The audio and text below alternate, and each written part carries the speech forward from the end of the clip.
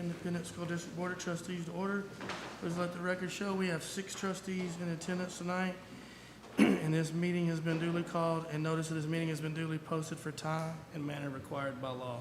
At this time, the board will convene into closed session according to section 551.001 et sec of the Texas Government Code. It is now 5 p.m.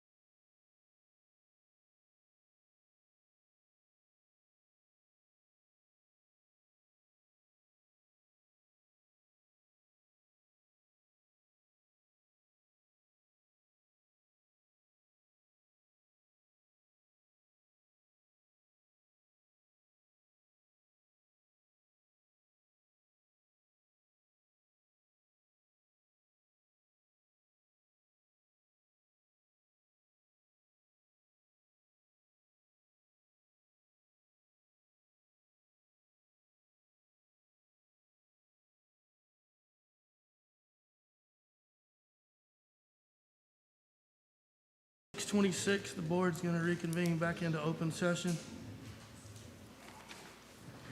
Before I introduce our gentlemen that are leading us in our invocation and pledges, I want to read a quick statement. Our community has lost a great man. As many of you have heard, former WISD trustee and state representative Jim Pitts, the father of current trustee Ryan Pitts, passed away over the weekend. Mr. Pitts served as a WISD trustee for 14 years, until the time he was elected to the Texas House of Representatives in 1993. Mr. Pitts served in the legislature until 2015 and was always a strong advocate for public education.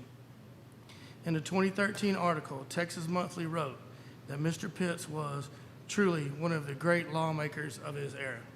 More importantly, the article said, he is also one of the nicest members ever to set foot in the Capitol.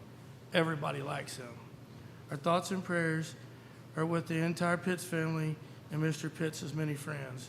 And I know Mr. Pitts' legacy is going to live through his son Ryan as he serves with us on the Board of Trustees. At this time, I'm going to ask Mr. McCutcheon to lead us in our invocation, followed by our pledges by Kendall Gray and Beckett Binnicker. Let's pray. Lord, we thank you for this day. We thank you for the life of Jim Pitts. We ask that you be with Ryan and the rest of the family as they grieve through the loss. Please be with us tonight as we make decisions that are in the best interests of our community and our students. We ask all these things in your son's name. Amen.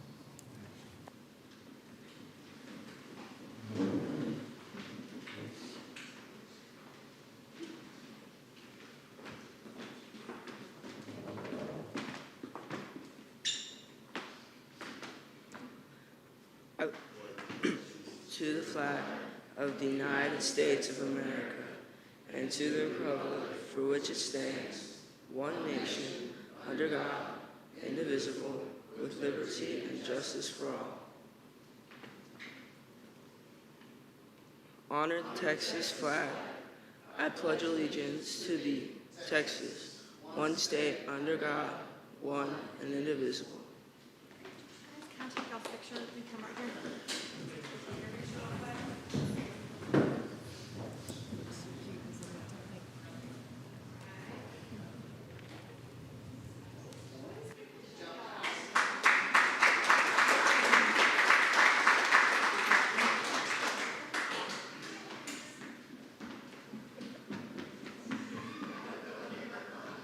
He's done his part.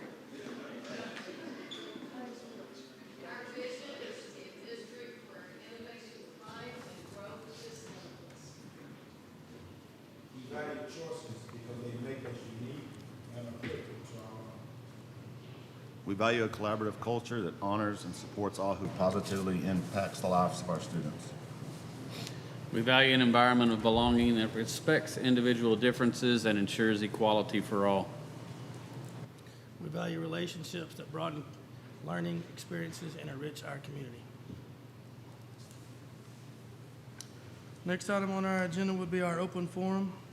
This is the portion of the board meeting where the board receives input from patrons. Each person who addresses the board will have 5 minutes to speak on his or her issue.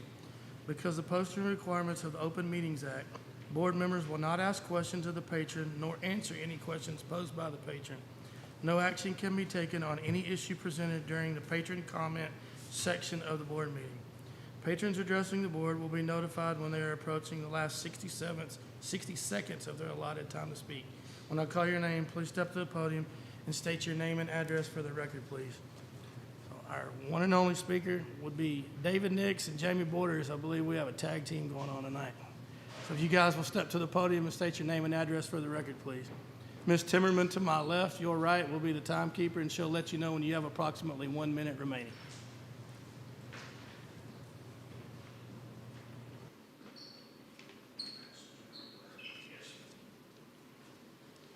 Good evening. Thank you for your time. A few weeks ago, I came across a photo of the 2006. Mr. Nix, will you state your name and address for the record, please? Oh, okay. Sorry. David Nix. Okay. All right. WHS, 2006 WHS State Basketball Champion, Lady Indians on social media. I called Jamie Border, who's with me tonight, and we started thinking about how we could keep the memory of this team alive after 18 years. Yes, there's a trophy displayed in the trophy case at the WHS, but is that enough to remember this accomplishment? The highest honor a coach can receive is to have a court or gym named after them. We are here tonight to propose the dedication of the court at WHS in honor of Coach Leslie Preby. I'm Jamie Borders, 2055 Gibson Road, Waxahachie, Texas. When David called me the other day and asked me to join him with this, I gladly agreed. Our purpose, as he stated, is to honor Leslie Preby and all her accomplishments, and I think I've given you all that information just now. Her career ranged over 24 years with 523 wins, and again, that you can see her successes that you have there in front of you. It's been my experience over the years that not everybody can be a coach. There's a lot of traits that there's long hours, there's hard work, and a lot of thankless things, duties that they have to do. It's not an easy job. But anyway, there's several traits in my mind that all coaches need to be successful, and those are positivity, enthusiasm, supportive, trusting, focused, goal-oriented, knowledge, observant, respectful, patient, and a clear communicator. Great coaches walk the walk. They expect their team to be prepared and on time. They expect a can-do attitude out of their players and constructive support from parents. Leading by example shows the team what's acceptable, and it's so much more effective than just telling them. Our daughter played for Coach Preby, and I can confirm she possesses all these qualities. She loves her players, and they loved her back. David and I would appreciate your consideration and approval to honor Leslie by naming the basketball court with her name inscribed and permanently placing her name on that court. We've not yet been able to secure any cost, but we expect to have that soon. And our contact numbers are on the handout I gave you if you need any additional information from either one of us. And thank you for your time. Thank you, guys. Mr. President, if I may. Mr. Borders and Mr. Nix, I just want to say thank y'all very much for coming and honoring one of our coaches in such a way. I do want to let you know that I would invite you to come and sit down with me.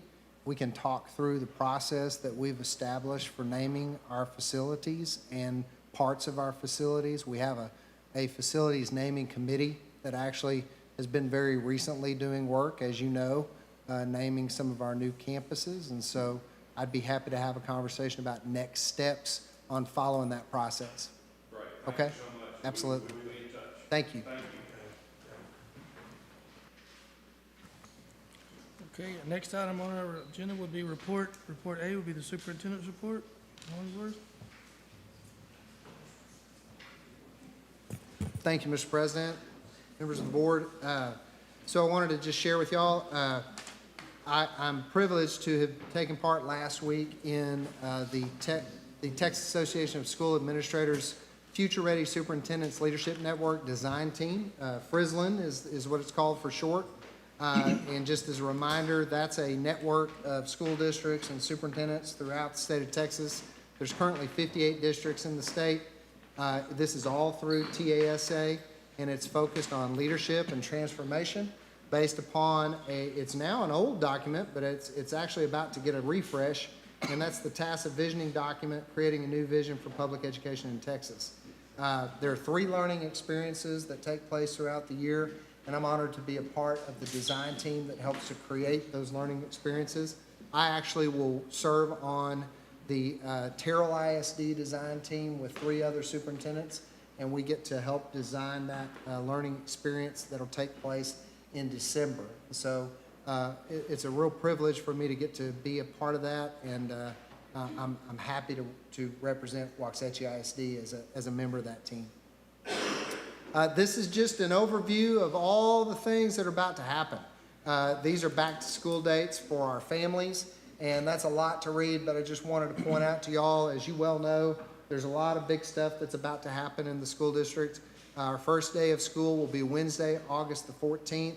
We have Bring Your Supply nights, two nights before that on August 12th. New student registration is already about to begin. It'll begin on July 25th, and then you can see the dates thereafter. We have returning student registration.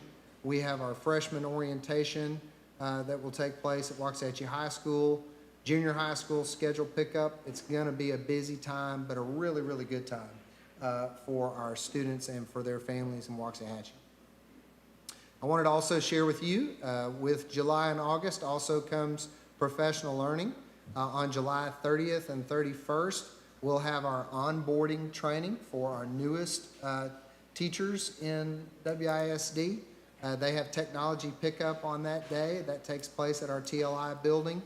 August 1st and August 2nd, we'll have our first year teacher orientation followed up by our all staff who are new to WISD orientation.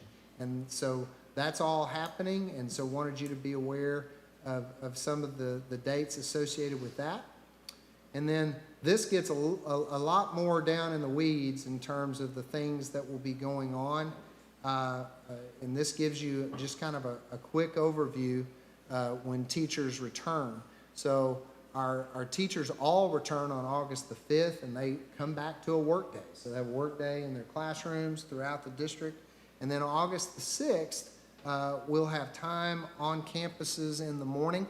And something we're doing a little bit differently is that our convocation will take place that afternoon.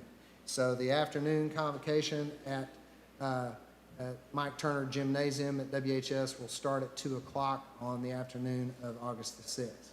And then, 1 o'clock, I'm sorry. So little error on that one, I apologize. And then August the 7th, you can see there's a lot of training that takes place. And this gives you an idea of the main categories of employees and what they'll be doing on August 7th, 8th, and 9th. I'm not going to obviously read that to you. Everybody gets 3 work days prior to the school year beginning. Teachers love to have that time in their classrooms, but they also like training. And so they need that opportunity to be trained, especially on our new curricula that we're adopting on all of our campuses. Finally, I wanted to close with this one. You know, there's been a lot of discussion on social media related to budgets and raises that you see in some districts, and some questions and conversations about why we're not doing that. And I wanted to hit some talking points that I think are really important for us to be sure that we're sharing. First of all, it's important for people to know that the reason we are in a bind relative to our budget, and the reason all of our neighbors are in a bind relative to their budgets, is because the state is funding operations for 2024-25 on 2019 funding. The per pupil allotment for the foundation funds for school districts has not changed since 2019. It's the exact same amount in 2024-25 as it was in the 19 calendar year. Also, as y'all know, Texas is sitting on, the state of Texas, the government is sitting on a $60 billion surplus plus the rainy day fund. So I think it's really important to remind folks that that's why we are in the bind we find ourselves in. I also want our patrons and our staff to know that we have been very responsible about moving forward with a tighter budget. We had our budget reduction committee that identified approximately $1.6 million in expenditure reductions in order to ensure a balanced budget. And so we'll be able to present to you a balanced budget because of the good work that was done by that budget reduction committee. We specifically set out to avoid cutting positions. We're trying really hard not to cut people, but to really hold fast on our spending. I will tell you that I'm going to ask our budget reduction committee to have a subcommittee throughout the 25-26 school year. I'm sorry, the 24-25 school year, in planning for 25-26, to look and see if there are other additional areas where maybe we're, forgive me, but fatter than we need to be in terms of our staffing, where maybe we need to be leaner. And so we will identify if there are any areas where we could make more cuts, or certainly through attrition, skinny up as an organization. I will tell you, Human Resources in the last 2 years has closely reviewed all positions that are open. And so every time we get an open position, we don't just automatically put that on the website. We have a process that we go through that involves our leadership at the cabinet level, involves HR, to make sure that any positions that need to be posted are actually the ones getting posted. And through that, we have, using Cardonics, using that process, we've cut numerous positions over the last year and a half going through that process. I will tell you that many districts have adopted deficit budgets, and that's what they're doing right now in order to, and they're in many cases taking their fund balances below that 90-day recommendation that TEA has put into place. So in some cases, in some districts, they've got a fund balance that's above that 90 days, and so they've got even more wiggle room. But the message that I want our folks to understand is that we have been very diligent about not cutting positions unless we have to, and that we're very committed to maintaining a strong fund balance. And that's especially knowing that we're opening a lot of new schools. Just having a conversation today with Mr. Calden about opening Jimmy Ray. Jimmy Ray will cost our district this coming school year about $3 million. When you consider the new staff, the principal, your librarian, et cetera, it's costing us about $3 million more. So you say, well, what's different in Waxahachie? Why is Waxahachie not given a 4% raise or a 2% raise while other districts are? It's because we're committed to a strong fund balance, knowing our growth, and it's because we're opening new facilities. And so those are some of the reasons that I wanted to share and reiterate with the board, but also be sure that our community is very well aware of. That concludes my report. Dr. Hollingsworth, I have a question or a statement. I personally would like to see us do, and I believe, I'm not sure what it's called, but maybe an operations audit, because I know that 85% of our budget is staff, but we need to see if there are other places that we could cut instead of staff. What's there? And I believe, I'm not sure, it's not a forensic audit. We don't need a forensic audit. We do not have, and I lost the word. There's no allegation of there's no allegation of wrongdoing. It's just, are there places that we could cut that would help our fund balance? Because we need to be on the grow fund balance mode so that we can give our staff anything extra we get. Yes, ma'am. Thank you. Anyone else? Okay, moving on, will be report B, will be informational bond 2023 construction update. Mr. Mott? Good evening, Board. Dr. Hollingsworth. I'm here to give you your bond 2023 construction update for the month of July. We'll start with Jimmy Ray. It is about 98% complete. Mainly stuff left are landscaping is what we're working on right now on the punch list for different things without the building, paint scrapes, things like that we're touching up, those kind of things. We are currently under budget on that job, about $1.2 million. And right now we are planning on a ribbon cutting grand opening looking late late August, waiting on making sure all the dates work with everybody that's going to be associated with that. Here's some pictures there's your June 4th and there's your July 2nd. We're still almost that one's almost a month old, and it's changed even from that now. It's a lot more. You'll see some pictures here of trees going in, those kind of things that aren't there in that necessarily. Some of the sidewalks weren't poured there, those kind of things that have since then have changed. Here is one of the days of a truck showing up for furniture coming in. We have had 18 trucks so far show up, and we have one more due this week. So we'll have 19 trucks to furnish that building, of 19 18-wheelers, and then about 11 box trucks that were just random that were sent to the actual installer's warehouse. So if you really probably all in all, we're probably about 22, 23 18-wheelers just to get that school open with furniture and so forth. Here's some of your trees. There on the left is just a group, and they had unloaded them there. There on the right, there are some of those that are planted down that side there where it backs up to the houses right there. We did choose to buy some larger red oaks along that line to give them a little bit better tree coverage and have a little bit bigger trees down that line. It was about 8 or 10 of them that we bought throughout. I will tell you, I had more than one landowner reach out to us as we were beginning construction on Jimmy Ray, because it was basically scrub trees, but they were natural, and they were really lamenting the loss of those. So we told them at that time we would really work to try to have more substantial trees in place to give them some of the shade that they lost. So then here's a picture of a classroom. You can see there one of them's looking through the porthole in the hallway looking in, and one's just a picture from the doorway. That's some of the furniture in there. You don't see any chairs or any of that. Those arrived late this afternoon, so they were going in this afternoon when I was there about 4 o'clock. They were starting to roll chairs down and all that, but you can see those. Like I said, we had 2 18-wheelers.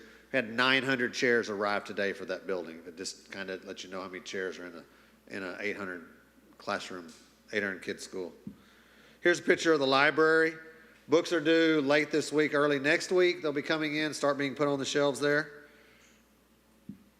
Here's a picture on the left of the collaborative space right outside the black box. Picture on your right is just looking from the vestibule looking into the reception area. Now that one wall in the back will have a full picture or a sticker wall of Jimmy Ray Elementary and all that. That'll be where it's all there on that right there. Art rendition. Picture there on the left, the top left is the gym. You can see those are all the sound walls there and all that. Gym floor will not go in till next week. We don't put it in until the very last. We don't want anything punching the hole and all that. It's not a VCT floor. It is a soft, spongy floor, so we don't want anything happening to it, so it won't go in till actually next week. Playground down there on the bottom, that will have AstroTurf there. The turf has arrived. That's on schedule to be put in this week. And there on the picture on the right, you can kind of see where they're starting to put the trees and so forth in. Grass will be coming in this week. They'll be starting putting all the grass in everywhere, as you can see there. Picture there on your left is the actual robotics lab. Picture on the right is another one of your cross-collaborative spaces. Every one of them that we have 3 cross-collaborative spaces.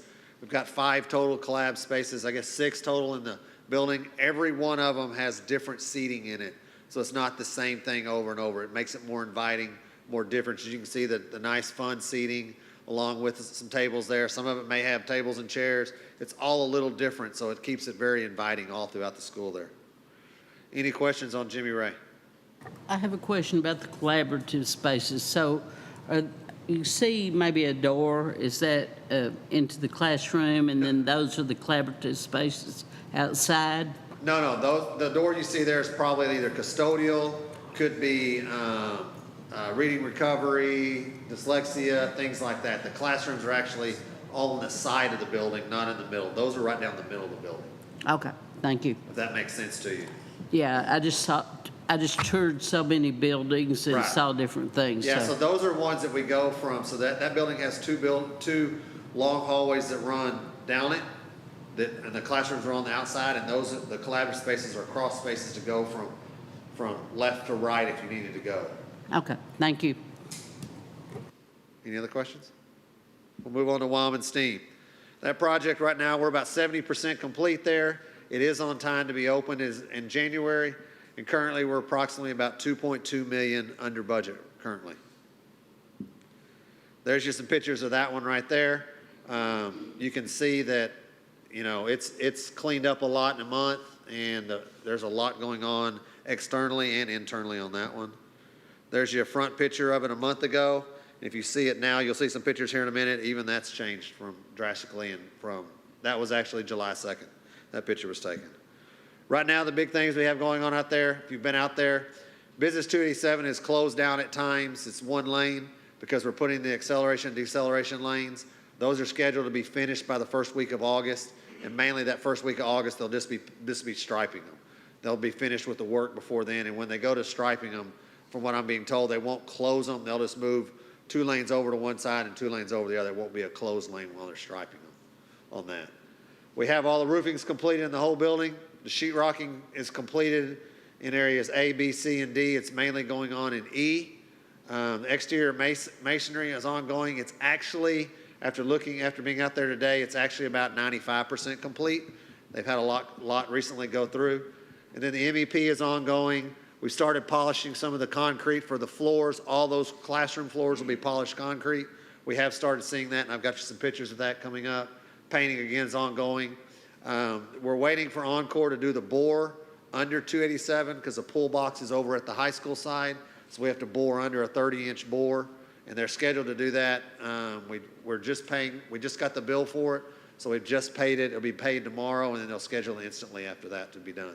Once we get the permanent power, we can start bringing casework. We can start doing all the permanent flooring and all those kind of things like carpet, LVT, those kind of things we can start looking at doing once we get permanent power. We can turn on HVAC and start controlling the building more. There's 2 of your classrooms right there. You can see the polished concrete there. It is a very good look. Doesn't show a lot when you have temporary lighting in there, but it is a very nice look. It really looks nice. This is one of your group bathrooms. It's in each pod of the classrooms. So that the back wall you see back there with the colors in the bathroom, that's always on the wet walls. And then the area you see right there in the middle where the water fountain will be, that's like a textured tile. It's really, you can see a little bit in that picture, but just to see it in person, it's a really neat look. It really adds a lot to that area when you're in it. Here's an area of the one on the left. The left picture is looking out, like from upstairs looking out. The picture there on the right is actually in the hallway, and that's the area, the covered area that's going to be between the cafeteria and the library. Cafeteria is there on the left where the blue doors are. The library would be there on the right. And they all have that colored glass pieces throughout, mix and match in those glassed areas there. There's a picture of the front of the building there. You can see that the brick is now pretty much finished, or washing it and finished some top rows there at the gym. But you can see we've started putting in the aluminum. That wood look is actually some aluminum panels. So it's not a wood that will fade and we have to restain and so forth. It is actually a metal panel that's going in there. So you can kind of see what that looks like there. The area there on the left is actually one of your pod areas. So those will be clouds. The roof above that will be exposed. It'll be a paint a certain color, and then it'll be clouds of ceiling tiles, so you can still see some of the pieces of components in between there. Area there on your right is just a classroom door, just so you kind of see what the classroom doors look like there. That area will also have a tack around the corner. The corner will be wrapped for a tack board for each classroom. Then that's the area that's looking through the library. The library. So you can kind of see right now it's a storage area for all the different things. It's a big area, so everything can store in there. Any questions on Wildman Steam? I'm sorry, Mr. Mott, I didn't understand when you said the tack. No, tack boards, like right now you have like just where you thumbtack and you can put pictures or whatever, kids' projects. That corners will be, one of the corners on each one of those doors will be wrapped. So they'll have a tack board outside their classroom. Okay, and is there anything, any kind of shade or anything that will be on the doors on the inside, in case of emergency? Yeah, any kind of blinds or Something will anything? be in there, but we're also on all of those glass that you saw on the side, all of those will have the safety glass put on it. Okay, so all classes will have the safety glass? Yes, ma'am. Okay. On that campus, they will, yes. Okay. Because they have that glass next to the door, so we're doing that. Okay, It's not thank you. required, because it's really required on the external. That's a step we chose to take up and do it extra at this building. And I really appreciate it. Yes, ma'am. Yes, sir, On the Judge. 2.2 million that were under budget, how much of that was the dirt that we dug out? About $1 million I of that. forgot. Okay. About 900,000. And then the rest of, looking forward, does it still look like it's still gonna probably be on budget with the remaining stuff too, as of now? As of that Yeah. one? Yeah, we're gonna probably, the 2.2 is a safe, I'm not told you everything we're under. I've given you a safe number that I know that we may have still some contingencies or something like that Yeah. come up, so I know yes. something could come up, but I mean, Yeah, but we're still really safe at that number. we're not way over on other stuff that we're No, looking sir. down the line. Good, So far, the three we have going, they're all under budget. good, okay. Any more questions? We'll go to Coleman. Here's your question on, answer that one there for you, Judd. It is on time, everything. The interior remodel is about 95% complete. The exterior add-on to the building is about 15% complete, and we're about $750,000 under budget at that one right now. That one's not as big a project overall, so it's not, but we're finding some different things here and there. We're not doing some things that we saw architecturally, just because when you get in there and you start taking things down, it changes. So we've had some savings here and there, just small savings here and there that we've been able to get when we get in there. And I'll show you some pictures of some of that here in just a minute. Here's your campuses. As you can see, our first slab is poured there in that bottom right corner right there. That was the first slab for outside the building for the new additions is poured. Here in a minute, you'll see a picture. That slab is now totally covered. Tomorrow, we're getting inspection for the second floor, and we're going to be pouring the second floor property next week on that area right there. That is not the storm shelter. From there, wrapping around the corner will be the storm shelter for that building. We are required to build a storm shelter for that building. It will be where the rest of them are the gym. This storm shelter will be the classroom section, will be part of the classroom section. But that area right there will be the actual storm shelter. There's a kind of front view of everything going on there. So if any of y'all remember the library when you'd walk into the main area, that's your new library look. You took all the glass walls out. All those columns were like, just see the one there in the middle, all those other columns were wrapped as well with brick at the time. Now, those are the only two you see there, and then all those going to the right, all the way down to the cafeteria, are still wrapped like that brick. So we chose to take some of that brick out to make those columns smaller, open it up even more. The three columns in the library, we did the same thing. So they went from about a 2-foot to almost 3-foot footprint to now about a square footprint in there. So it gave you a little bit more room just in general in the library. So it's very open, very inviting. The office is now moved to the back corner. That area where the office was is opened up. It's very inviting in there. That's the carpet that's in there. It actually got laid on Saturday, or actually yesterday they laid the carpet in there. So it is coming along very quickly there. It is, that job interior is a 7 days a week job now. Right now, until school starts, it'll be interior 7 days a week. So the big change here is, if you're all familiar, that reception area, when you came in the vestibule and there was a slide window there. Now we've taken that slide window out and put a door. So now you do not go on the campus to go into the office. You will go just like all the rest of the campus. They'll have a vestibule. You'll be buzzed into the reception area now. So that's the reception door you can see there on the left. That's a brand new reception desk there on the right that's in that area there. It's not near as big as it was. Truly, it was probably too big for what we needed anyway. So it's very nice and new. It fits the area very well. All new carpet, all new those things there. The whole admin suite all got painted, all got brand new carpet. Bathrooms got totally redone in there, all new tile, all those kind of things. All new ceiling tile, mostly a lot of new ceiling tiles in that area. Those kind of things in the whole admin suite. There's a picture there on the left is actually one of the admin, hallway that goes from the front going out to the back towards the old band hall. That's actually the hallway, so you can kind of see it looks very new there in that picture. Picture on your right, you're upstairs. That's the new floor in the hallways. All the hallways got new flooring all throughout. They got all the LVT in all the hallways in the current building. This area here is one of the classrooms in the 100 Hall that we were able to remove the exterior wall, and we can now have an open collaborative space there in that area. It will be again, exposed ceiling. It'll be that black ceiling. It's been painted. It'll have some clouds of the ceiling tiles. Will make 3 clouds in there, and so it'll have a teaching wall, things like that in there. But it will be a collaborative space for that building. Picture on your right is your current cafeteria. As you can see, it is in a wreck right now. A week ago, it didn't even have the glass walls, exterior walls wasn't even closed in.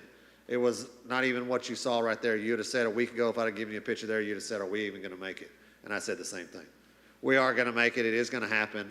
It's come a long ways in a week. Actually, if I took you a picture today, is 3/4 of it, they've got ceiling grid in there.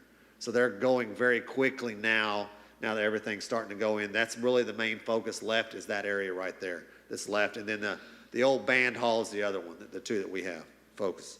Picture on your right there, you can see that's the main stairwell going through. You can see how it's all painted. It's a very vibrant, white looking color. Instead of all the multicolors and all that, made it a new fresh coat look to it. We have the tile that goes up the wall there, like a wainscoting all throughout the main hallways now. We have that there, and so you can kind of see it going up the stairwell there and all that. Here's the area outside. That area there in the yellow is actually the stage that we added on to the cafeteria. And so the cafeteria is now that area right there to the left of that. You can see where that brick makes that corner. That is the current corner now. The other corner before was about 10 feet in. And so if you were to go in there and I could show you how the ceiling looked, you would be amazed at how much we grew that and did not do anything on the floor of the actual foundation was already there. We just had to tear the walls out and just push out, and we gained so much more space in that building. You can see there on the left, you can start to see some of the steel erection going in right there. Any questions on Coleman Junior High? Hancock Building. I assume it'll be cleared out and ready for classes. Yes, ma'am. We'll still be working once teachers get there in the cafeteria area, but by the time kids get there, it'll all be ready for them. That's the only place left that we'll be working while teachers are there, is that cafeteria area. Prop B, Waxahachie Creek High School. Timeline is still as expected. Currently, end of this week, we will actually have a meeting with POG here in the administration building, discussing what their first cost estimate is going to be from them. We haven't even heard anything, so we don't even know where we're at. They haven't told us anything yet. We'll get that Thursday afternoon. So we've had meetings with TxDOT all the times. Actually have one later this week. And TxDOT, us, the city, and then NTCOG all meet on the spur, those kind of things going on there. We have also had to supply them the traffic impact analysis. With that being said, we've gotten comments back from the city. We're reaching out to TxDOT and NTCOG to see if they have any comments as well on what they feel on traffic impact analysis for us and how they want to see some things. We did get some comments back. Nothing really big that we're expecting there that we got in the major comments so far. Everything seems to be fairly reasonable. So we're feeling good about that. The first round of meetings with all the departments have been completed, kind of what you don't like about currently WHS, that you may want to kind of create at the next one or help fix at the next one. That was where most of them were. Some of them, they'd say, hey, and we say, oh, we've kind of done that already. What about this? So they kind of got a peek into behind the curtain in a way to kind of see what we were looking at and if they liked that idea or not. And most of them did. We had a few things, hey, we'd rather see it this way, and so we've done some tweaks on that. We'll start a second round. We start getting into a lot more with them as to casework they want to see, those kind of things in the classrooms versus what they have right now. And then we're about to start working with the city to submitting site plans, plats, all those kind of things, early package, because we would like to get an early grading permit in September, October, and start moving dirt out there. There's a lot to be done out there. And so we want to start that. We also want to do an early release package for red iron, HVAC units, power, those kind of things, those big unit things like that. So then we can get those things on order because they're long lead times. As you've always heard, the switch gear is at least a year long. So we need to get those things going. Then we go to Prop C. Oh, anything on Waxahachie Creek? Okay, we'll move to Prop C. So AC upgrades are pretty much finished. We've got a few we're tidying up here and there. Any loose ends we may find as we're going through. The gym updates was a big one this summer. We did the Finleys. We totally sanded and painted it. The Hancock, we removed all the bleachers. We sanded and painted that gym and actual gym walls and the gym itself. And then the new bleachers will be coming back at the end of August is when they were set up for those installing that. The flooring at Felty's 100% complete, and the flooring at Dunaway is about 90% complete. We've got about a third of a hall, and we've got left the gym to go there. We've installed all the new door handles at Northside, Shackelford, Wildman, and Dunaway. Those have all been completed. So there is your Hancock Gymnasium. So the picture on your left is looking over where the home stands were. They were like 27 stack, and everyone that came in there, had 4 companies come in there to give me a bid to remove them. They asked how they even ran. And we said the same thing. We've been through like 15 or 20 motors on those because they're just too high. And they just burn motors up.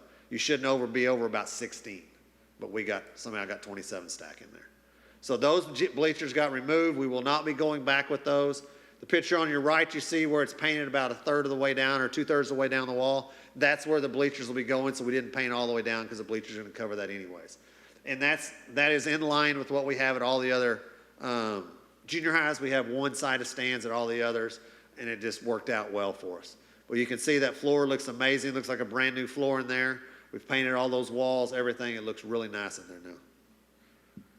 There's your Finley floor. For any of those that have been in that building, that looks like a brand new wood floor, and all we did is sand it and paint it. It's amazing what you can do. And there's probably 20 plus years of polyurethane that were sanded off there. It was just to sand it was almost 2 weeks to sand that down. That's how long it took. There's your front entry at Felty. You can see ripping up all that tile, you can kind of see what it looks like now there. Here's your hallway. Picture on your right is what it used to look like. Picture on your left is what it looks like now. Here's another hallway where it all intersects at one of the corners there at Felty. Everyone that I've talked to, the staff that have been in there, they just love it. They love the floor. They love the look of it. They've been very impressed with it. And then there's Dunaway's right there. And I was over there this afternoon and talked with the principal there, and she's loving the look of it, loved how it changed the look of the building, everything like that. She just loves the way it's done to it. And this is all the new LVT, so it's so no wax, all those kind of things that'll benefit us on that. I'll turn it over to Bob with the AGCM report. Thank you, Board. Dr. Hollingsworth. You have our June report in front of you this evening. I'd like to note that the data in this report is through June, so a lot of things we've been talking about are not included in this. Good examples, the Jimmy Ray furniture that's gone in. You won't see we have the sample photos through June. So that's part of the report. On the contract status, through June, Jimmy Ray was at 78%. You'll see that jump quite a bit for July in our next report, and then August, probably September, we'll be finishing up all the payments on that, I believe, on that contract. The steam contract is about 58% through June. As we're seeing the progress on that, that's going to jump quite a bit as well. These are all good indicators that this project is certainly on or ahead of schedule. And then the Coleman contract, the contract status is at 28% right now. Of course, that takes into fact the renovation area and the addition areas. As was mentioned, the schedule for the renovation areas, we've been really focusing on that. Stephen mentioned that they're working 7 days a week. That's been very critical. A month ago, we had that schedule status listed as average. Everything else is good or better than that. So much better shape today with all the work that they put in. That's coming together well. Certainly anticipate the renovation area coming together. With that, are there any questions for us on the construction update? Question for Mr. Myers, Mr. Blunt? Thank you guys very much. Moving on to report C would be informational report on board policy 123. Mr. Cagle? Thank you so much. Good evening, board. Dr. Hollingsworth. We recently received the Texas Association of School Boards Policy Manual Update number 123. Although there were about 13 local and 32 legal adjustments, they were really primarily regarding structural changes within the policy itself. As you know, the legal ones are generally adopted straight from TASB, but I did want to point out a couple of them that caused a lot of the structural change. EF local has been split into EFA local and EFB local. That separates it into educational materials and then library materials separately. It did adjust, or it talked about some of the processes on how people can ask for how those materials should be reviewed. However, we already have all of those processes in place, both for the educational and the library resources. The other one was the EF legal that split into EFA, I'm backing up. But the other one had to do with school safety, and that was CKC, which went into CKE and CKED. All of that was also related to how security personnel are defined, what their jurisdictions are, what jobs they may be able to do if there's some sort of situation where someone leaves the district and they've been given authorization to carry a firearm, a school marshal, for example, how that revocation of those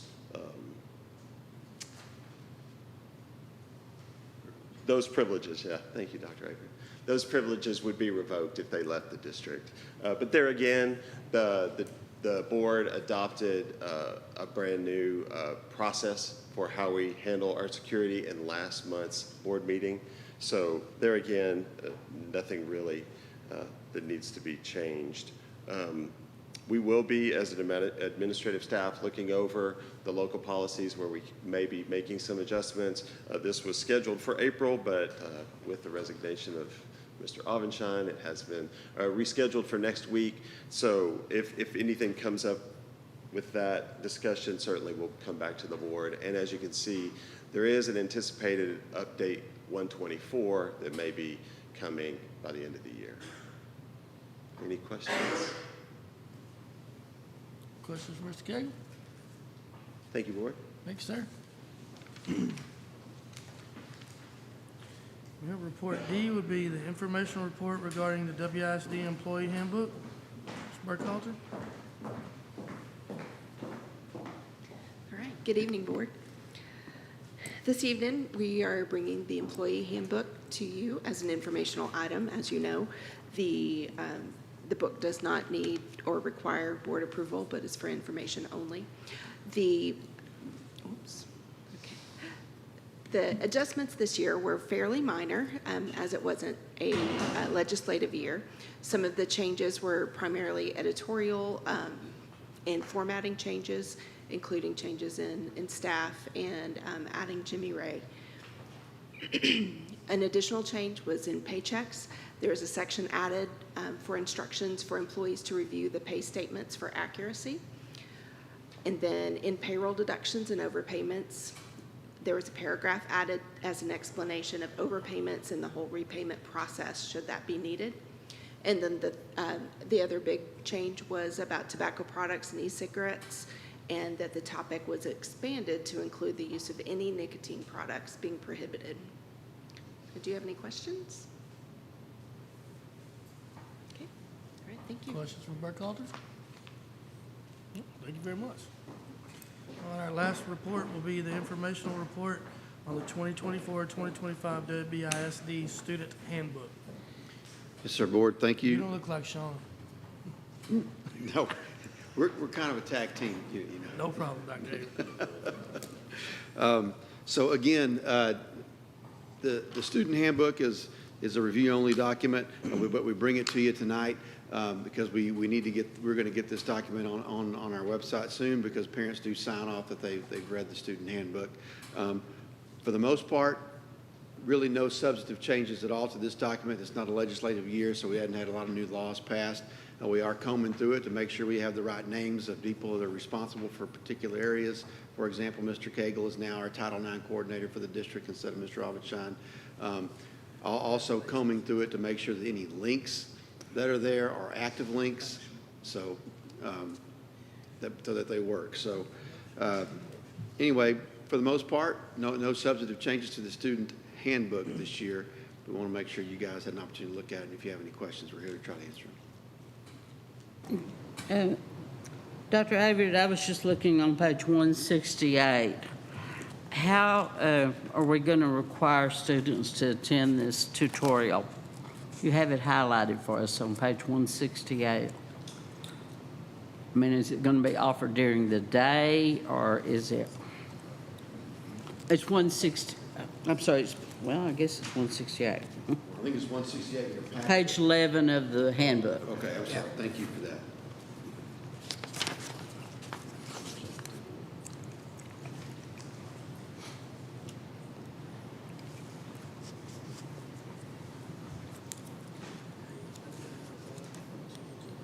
So, what we would do on that, we have remediation classes or remediation times that happen during the school day. Sometimes they happen after school or before school, but most of our campuses, particularly elementary and then where we have tribe times at junior high and high school, we can require those tutorials to be attended at that time. Okay, I just wondered how we were going to be in compliance with that. So it would be offered during the school day? Yes. Okay, thank you. Not to say we wouldn't offer tutorials after school or before school. We do that too. Okay. All right. Anything on the student handbook? Thank you, guys. Thank you. Okay, board, item number 6 will be our consent agenda, which is rather lengthy. Items A through S up for consideration. You can take those all in one motion, or if you would like to remove one for individual discussion, however you would like to proceed. Mr. President, just so you know, just so the board is aware, Mr. Calden is passing out an addendum, and this is related specifically to that science adoption. And you saw in the consent agenda that there was a change in the amount of that science adoption. And this just gives you a little bit more information about that.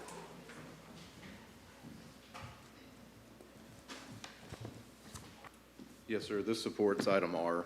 These are the quotes that back up R.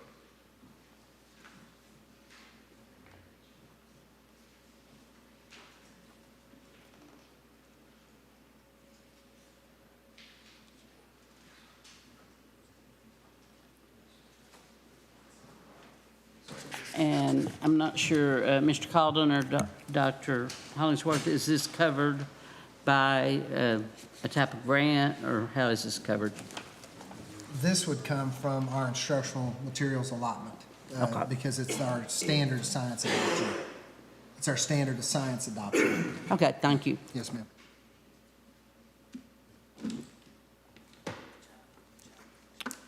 I move we approve the consent agenda, items A through S. We have a motion by Mr. McCutcheon, second by Mr. Schofield.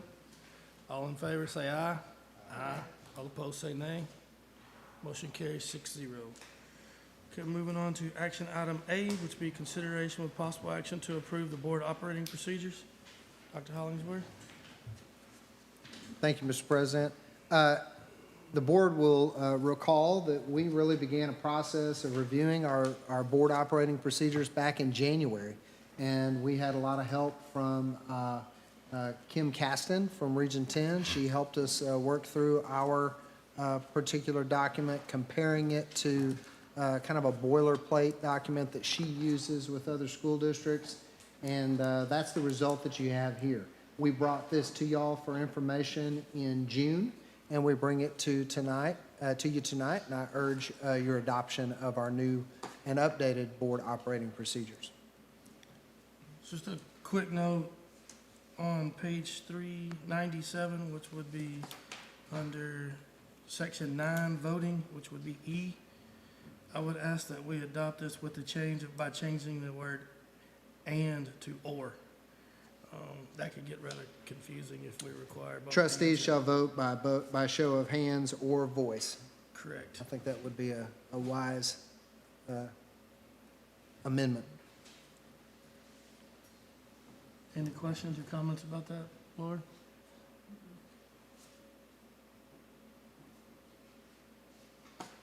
Okay, at this time, I'll entertain a motion to approve action item A as presented with changes. So moved. Motion by Mrs. Timmerman. Second by Mr. Cooper. Any other discussion? All in favor say aye. Aye. Opposed say nay. Motion carries 6-0. Action item B would be consideration of possible action to approve the guaranteed maximum pricing for Findlay Junior High and Howard Junior High renovation projects with BTC, Buford Thompson Construction, with a guaranteed maximum price of $23,800,000. Mr. Collins. Thank you, Mr. President. Good evening, Board. Dr. Hollingsworth. Kind of walk you through the timeline of this project with slides that are relatively boring. They don't have any background, so I apologize. I'll step it up next time I have slides. Just kind of give you a short history. The renovations of Findlay and Howard are projects that were included in the 2023 bond as part of Proposition A. Originally, we were looking at about a $15.5 million budget for the expansion of Findlay. We were going to start in that administrative area and go through the library and the cafeteria and the kitchen. We know that originally the campus has counseling areas that are disassociated from the office area. We are also concerned that the office area was not sufficient enough for a 1,200 student campus. So we were looking at incorporating the counselors, but also giving them the space they're going to need for their office staff as that campus continues growing. Also looking at reworking the library, make it more inviting and more open, and also with more of a glass feel to the campus. So we'll still have some sound dampening, but also be more open and inviting to our students. That cafeteria, if you remember the cafeteria over there, is currently multi-tiered, which is good in some aspects, but it's also, it very much limits the seating available. So when you have 1,200 bodies on campus, it is going to provide some limitations in that seating area. So we're looking at a fresh renovation and update of all those areas, and then again, the kitchen area that still has a baking nook in it for like a bread area, which we don't scratch bread at this point. So not really a useful area, but looking at all those renovations in that core area, and then also the bond included about $5 million for renovations at Howard, which we originally talked about at that campus was going to be the addition of 4 classroom spaces. One of those was going to be a science area, but as we get into the campus and really start looking at how the campus is utilized and what the needs are on that campus to get to a 1,200 student capacity, we've made some minor shifts on that. So looking at 3 smaller size classrooms, more appropriate for speech therapy, reading and recovery type classrooms, smaller in size. They're not a full-blown classroom that will be holding 25 to 30 students, but smaller instructional settings, and then also some expansions of the cafeteria.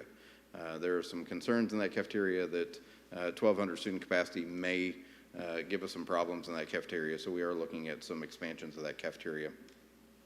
Both projects, as we've been advised, are considered relatively small in terms of a renovation.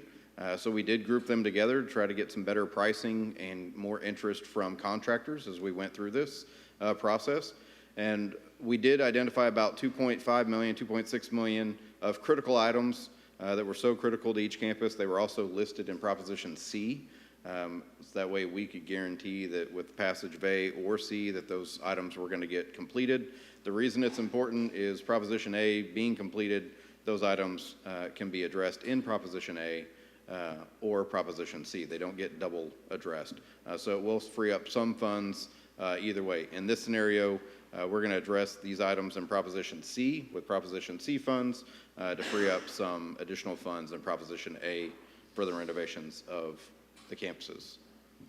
So kind of pulling you back in, these are the slides that we used back in May of, spring of 2023 leading up to the May election that just kind of goes in and highlights, again, $15.5 million budget at Findlay and all the works we were going to do, and then a just shy of $5 million budget over at, that's Proposition C language for Findlay, shows you some of those priority items that we were talking about.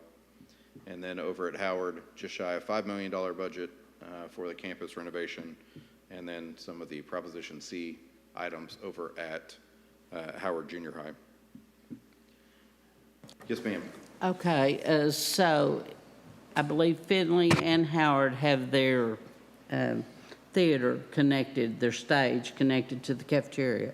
So is that going to be renovated, changed? What's going to happen with that? Good question. So think of the stage as kind of your line in the sand, and everything that's on the cafeteria side of it's going to get addressed. Things on the back side of the stage, including the stage, are not currently planned on the renovation part at this point. Okay. So I'm glad you asked that, because it gets us into our design phase. As we started working through design, we started identifying some things as the district, as administration staff, that we'd really like to address. So we really wanted to look at the fine art spaces at each campuses. And so we started working through a process of getting feedback from campus fine arts administrators and district fine art administrators. How could we better address the fine art areas at each campus? And so that led to some alternate plans. And so you'll see in this is the Findlay footprint. So the orange area is your administrative area. The exterior-most door, man, I wish I had a laser pointer, but the exterior-most door is would be a new addition, so not new foundation poured. That part is already there, currently under the overhang of the building, but we would add that exterior door to make that secure vestibule at Findlay, just like it is at every other campus, with more visibility to see people coming into that campus.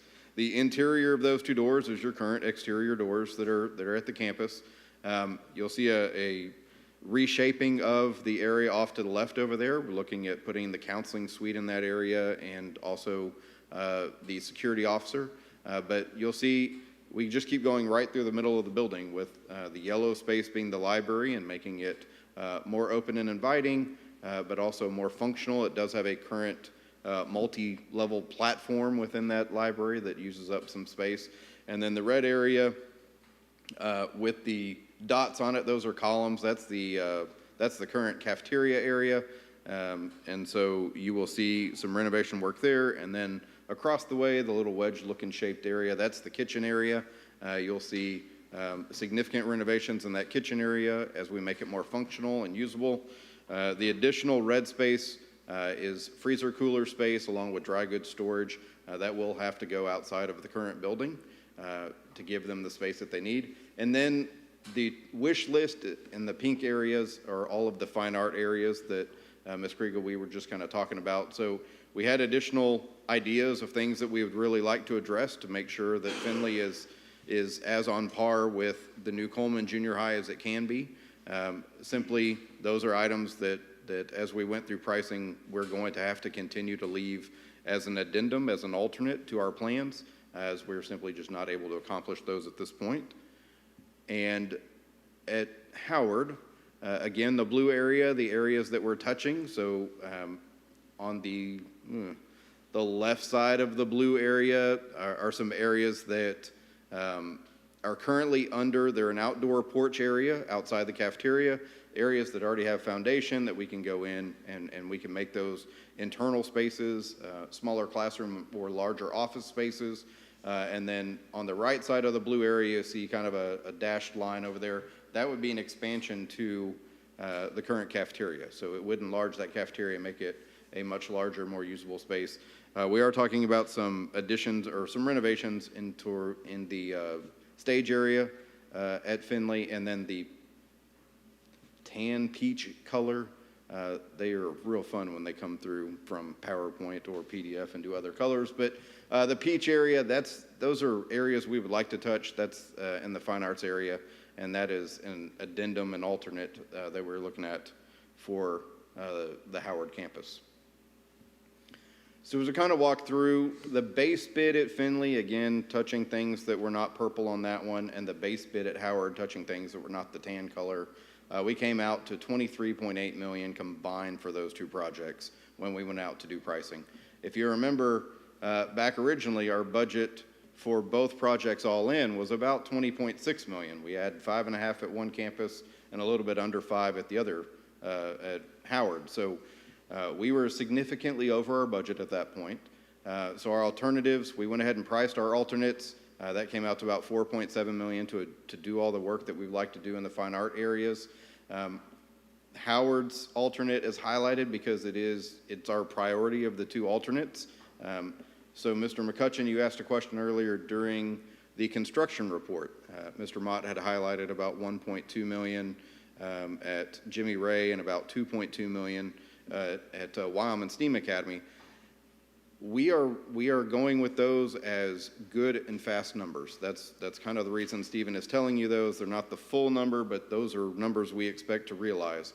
So we are planning to utilize about 3.2 million of cost savings from the Jimmy Ray project and the Wyoming Steam Academy project to fully fund the base renovations over at Findlay and Howard.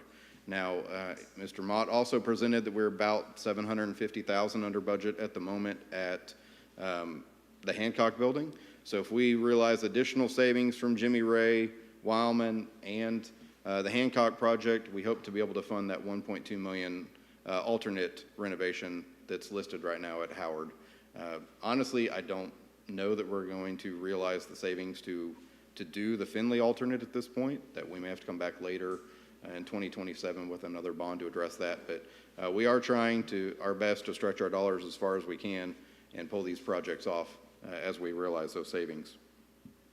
A little bit about some of the factors leading to the increased cost. Material and labor uncertainty with renovations of this size really limit how accurate some of those bids can be. We know that there are going to be additional safeguards from the contractors to make sure that their bids cover all possible scenarios that they could run into. So they do increase some amounts and some allowances for those unknowns as you get into a renovation.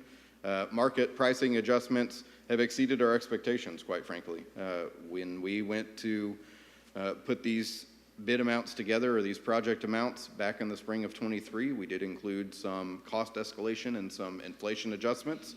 But quite frankly, the construction market and the materials market have outpaced some of our best guess at that point. So we are running into a little bit of a tightness from that arena. We did increase the original scope a little bit at Findlay. Originally, so the revised base includes removing of the tile floor, the red brick tile pavers all through the backside as you go down the fine arts wing and back by the gymnasium.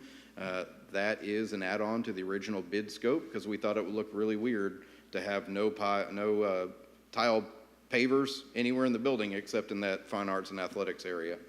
So we did expand the original scope there a little bit. And then again at Howard, it's a completely different scope than what we originally thought we were going to be doing. We thought we were going to be adding 4 fully instructional classrooms, and what we really needed to add were 3 smaller classrooms or oversized office areas, and then some renovation work and expansion to the cafeteria.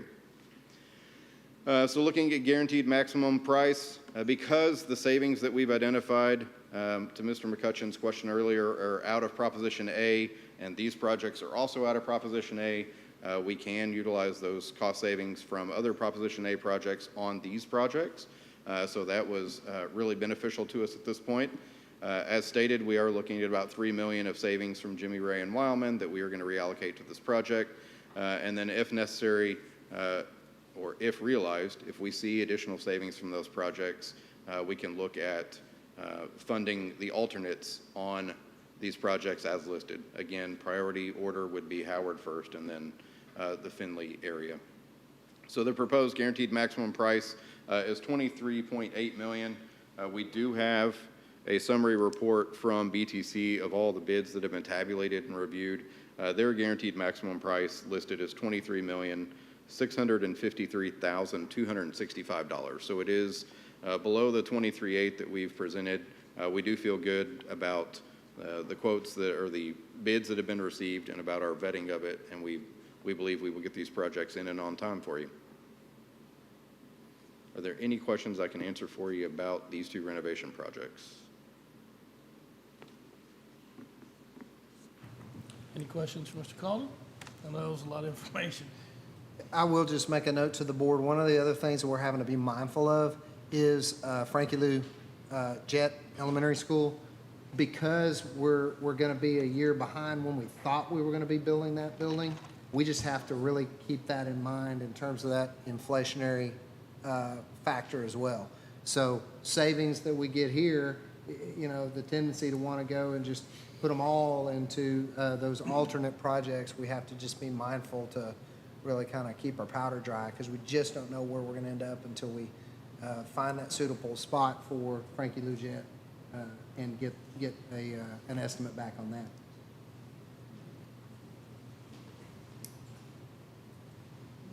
Okay, I need a motion to approve action item B. So moved. Motion by Mrs. Krieger. Second. Motion by Mrs. Timmerman. Any other discussion? All in favor say aye. Aye. Opposed say nay. Motion carries 6-0. Thank you, Very Board. much, sir. Okay, our last action item will be consideration for possible action to approve the 2024-2025 WISD Student Code of Conduct. Good evening, Board. I promise I won't have near as many details as Mr. Calden. Pretty similar to our discussion about the student handbook, our student code of conduct, which is what we use to determine particularly issues related to discipline on our campuses. This code of conduct during legislative years can sometimes get significant renovations to it, to use a term from our construction. But this not being a legislative year, we really didn't see any substantive changes at all to our student code of conduct. We didn't make any. So it's pretty much the same document that we adopted last year, with again any changes in names or titles or positions, those kind of things, to make sure people know who to contact. But other than that, the document is relatively the same as last year's student code of conduct. No changes. Questions for Dr. Avery? I entertain a motion to approve action item C as presented. So moved. Motion by Mr. McCutcheon. Second. Second by Mr. Schofield. Any other discussion? All in favor say aye. Aye. Opposed say nay. Motion carries 6-0. Thank you very much. All right. Now to our comment portion of the agenda. Any individual trustee, open mic is yours. Well, I want to say we're not going to be meeting again before the start of school. And I just want to wish all of our staff a happy start of school. I hope that we are able to supply your needs and basically take care of you.